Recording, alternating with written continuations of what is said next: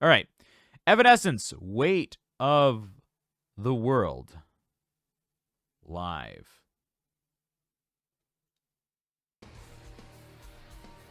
It's soft.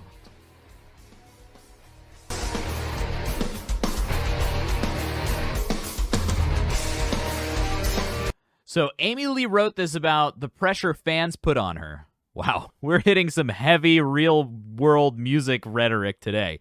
Amy said Weight of the World is a song about feeling the pressure. She loves their fans. She doesn't mean to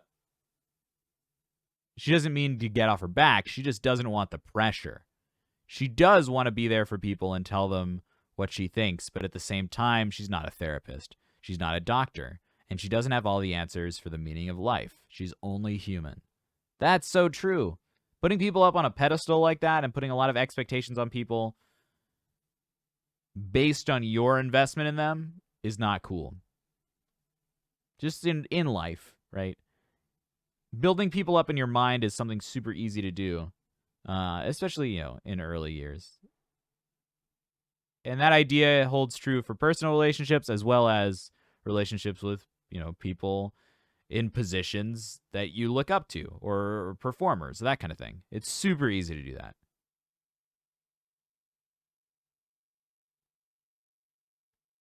Yeah, dude, the Evanescence train is here to stay. I love it.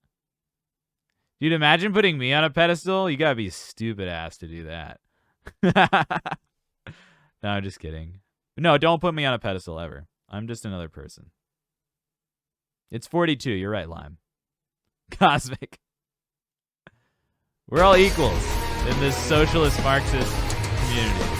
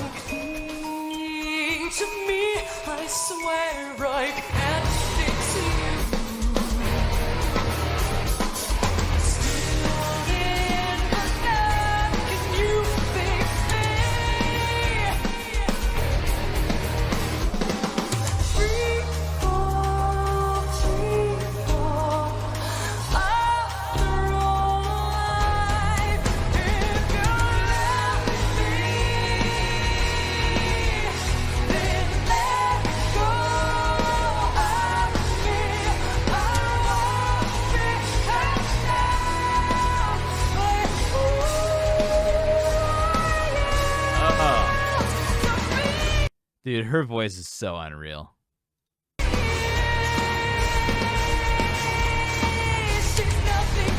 This is a really raw live recording. Like, I'm not going to say it's perfect because it's not. But the fact that she can do what she's doing in these circumstances is absolutely unreal.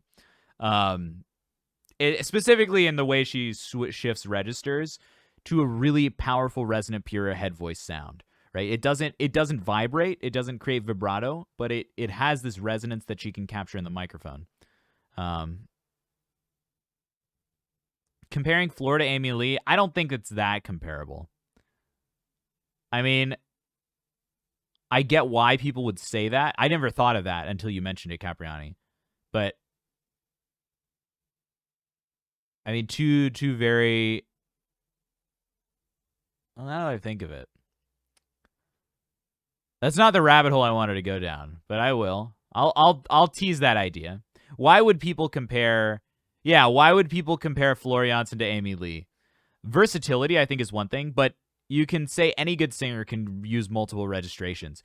At the same time, Tadia used a lot of different registers in her singing, but she maintained a similar timbre, which I'm just using her as an example because we were just talking about her, but also she's an example of a singer that sings in this genre with a very consistent timbre, but uses multiple registers, right? Singers like Floor use multiple registers, and they all sound distinctly different, and I think that's a choice, and it's a really wonderful tool that she can use in her singing. And I think Amy Lee uses a very similar tool, which is different registers with different acoustic principles that make them stick out differently, right?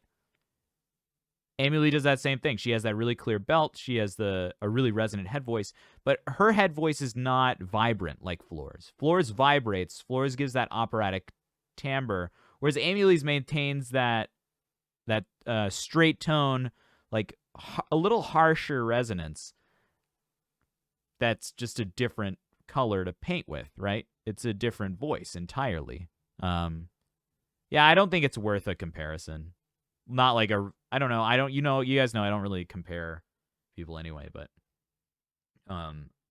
not, at least not in a hierarchical sense, not in a quantitative sense. Qualitative, sure. I mean, you could look at those singers and say, oh, okay, they're women.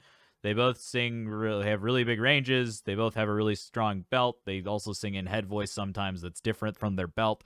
Oh, they must sing the same. I don't know. That's just such a pointless argument, a pointless point to make, in my opinion. Yeah, I mean, you guys know me. I wouldn't make that kind of comparison. But it's an interesting thought.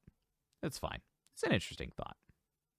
Art in the Art, thank you for the 3 months. Welcome back. Glad you're here. All right, let's keep it going. I do want to bring up the lyrics for this. Obviously, we're on a lyric tangent. So we'll analyze some lyrics. Take care, Teteku. Good to see you. Thanks for stopping by. Way to the World lyrics. Let's do it. I love this lyric stuff, man. It's poetry. Poetry is so good. I can't wait for that Evanescence graphic novel, though. Feels like the weight of the world. Like God in heaven gave me a turn. Don't cling to me. I swear I can't fix you. Still in the dark, you can't. Can you fix me? Free fall, all through life.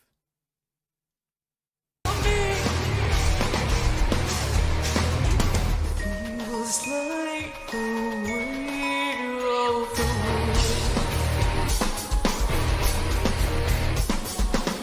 Like all my screaming has gone. Yeah, Trimmel, I get that.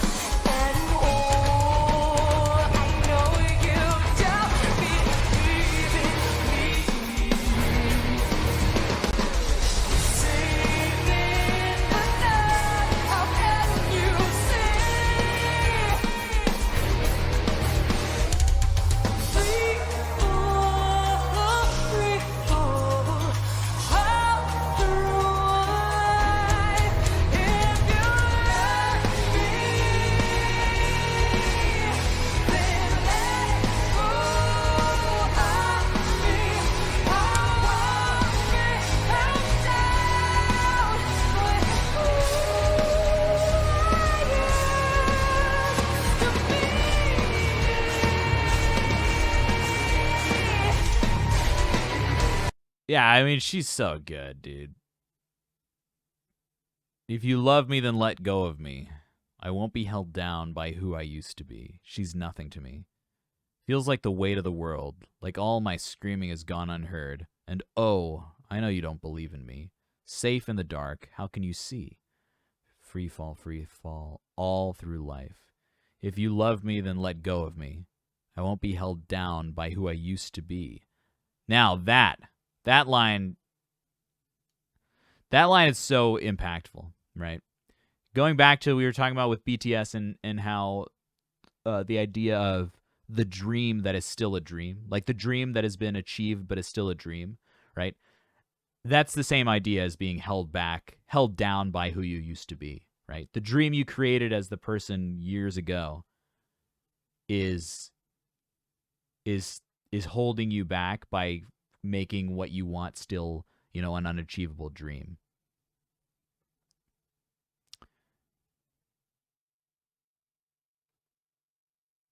Oh, Master of Disaster, you underestimate my Deutsch.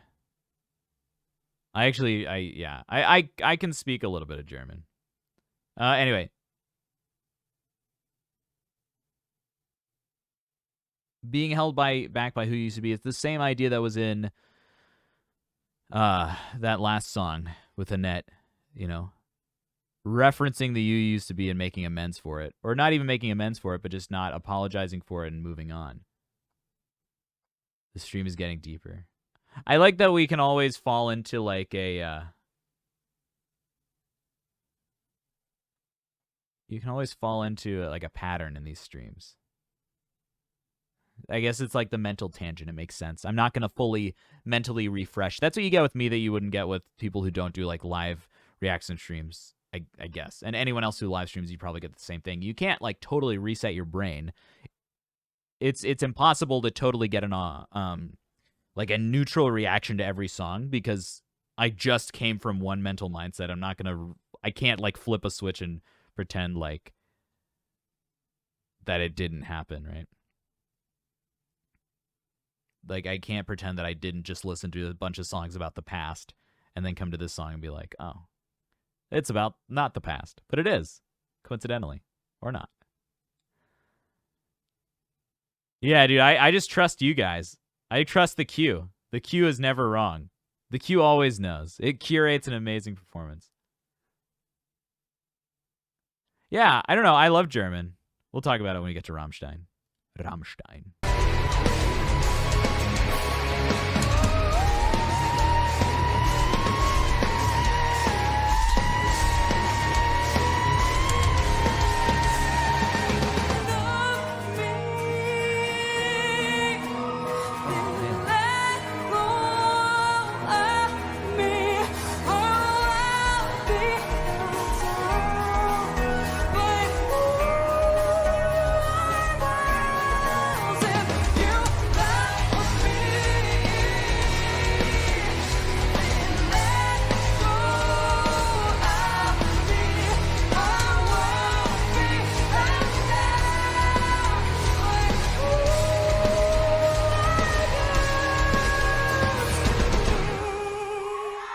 Oh my gosh. Yeah, you don't get the same kind of raw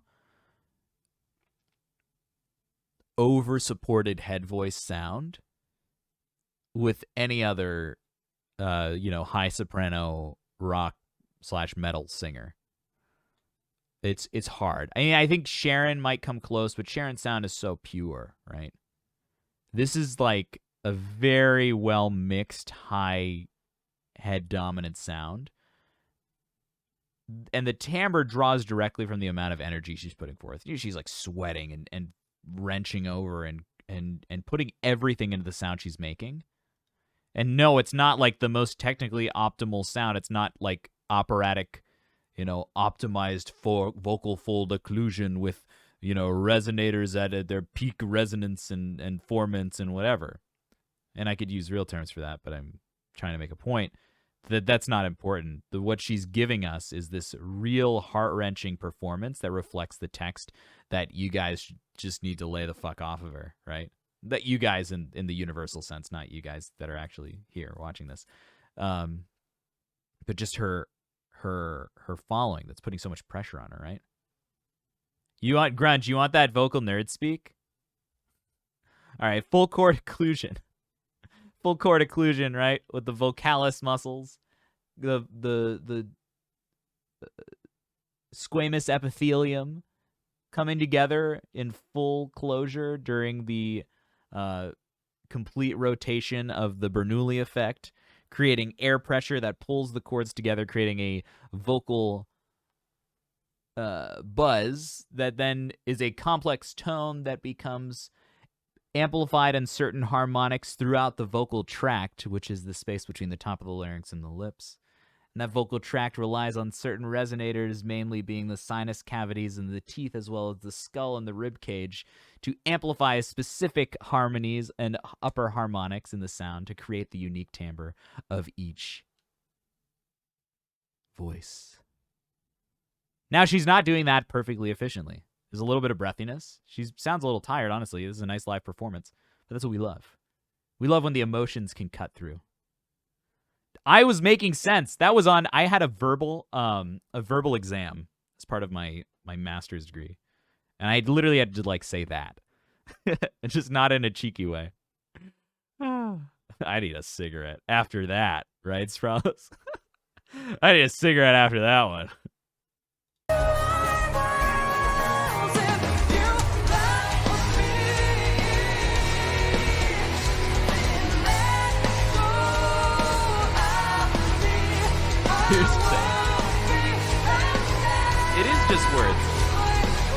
Here's the thing about vocal technique, my friends. It's literally just words until you get up on stage and can do something like this. This is why I don't care for the non-application of stuff like this, right? Like if you can talk about singing all day, but that's not going to help you come up and do a real heartfelt performance like this. Amy once wrote on her Facebook page that she thrives in pain, loss, and darkness. That's why she writes about that. That's so valid and so aware of yourself. And it's something that so many people can't accept, especially these days. There's some stigma that, like, I forget who said this, but there was a quote that came up recently. It was like a comedic actor who said, like, a comment on cancel culture, right? That it's like the comment was, at which point did we decide that lives had to be perfect, right? And that just comes from the idea that, like, not living in a perfect, happy, polite, well-conceived life is the worst thing you can do, right? So many people are striving and struggling to hold on to that conception of a stereotypically well-lived life. And amazingly, those are probably the same kind of people who are putting immense pressure on their favorite singers to be their everything, right? The people putting pressure on Amy Lee for doing these kinds of things. I just saw a news article about it yesterday. I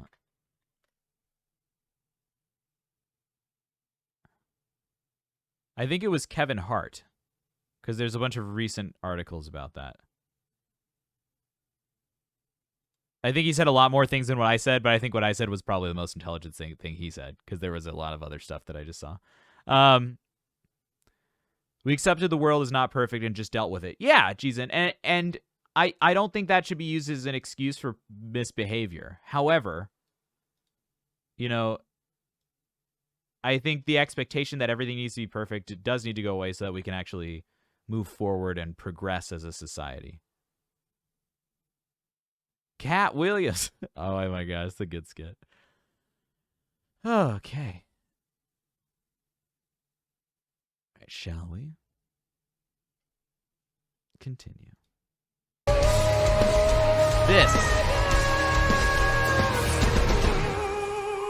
It's a harsh, pressed head voice dominant occlusion that's not necessarily the healthiest thing, but it evokes so much emotion that who gives a shit?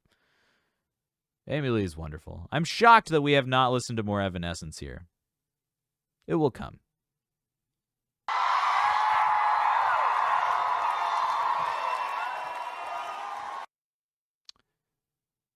Okay. Wow, Oracle. Beautiful.